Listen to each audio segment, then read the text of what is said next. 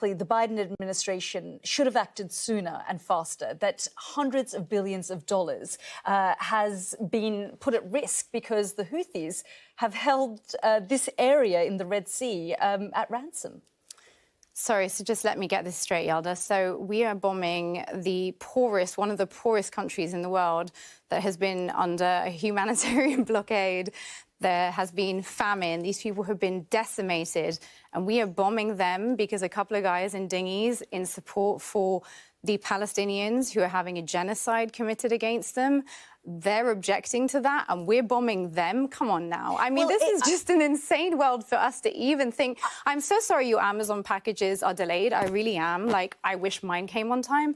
But, you know, genocide, guys, genocide. There are 2 mothers a day dying in Gaza right now. It's 109 days into a conflict in which a humanitarian crisis has been declared to the world day in, day out. By the way, Dr. François, there are many who are Yemen watchers who monitor and follow the Houthis who say this is doing wonders for their branding, actually, that it isn't just the Palestinian cause that they're focused on. So call a ceasefire now and end the positive branding. If you want to stop the Houthis doing what they're doing, then call a ceasefire right now. Do you genuinely believe that the Houthis would stop doing what they're doing? They have literally said that that's why they're doing what they're doing. They have not previously blocked those routes for any other reason except this one. So, yes, I do. And I also think the West needs to start to understand that you cannot just go around playing cowboys in the world. There are consequences to your actions. You cannot just go around bombing people's countries, ignoring international law and expect no repercussions. For every cause, there is a consequence. And just because you don't like a couple of guys trying to resist... I mean, these are now prescribed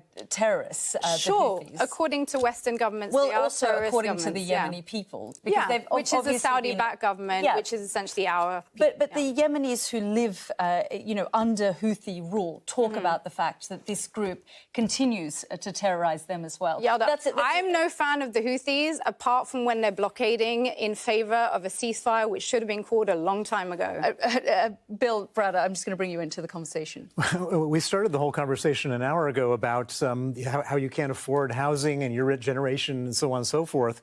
These people are creating a total trade blockade, which is causing inflation, which is causing all sorts of problems to everybody. 25,000 people are dead in Gaza right now. There are over 60,000 people injured with no access to food, water, aid. How dare we have a conversation about trade when there are children right now being treated without anaesthetic? Well, there are things that require us to make some sacrifices, and this would be one of them. They do have the global economy, global markets hostage. Good for them. Bill Browder.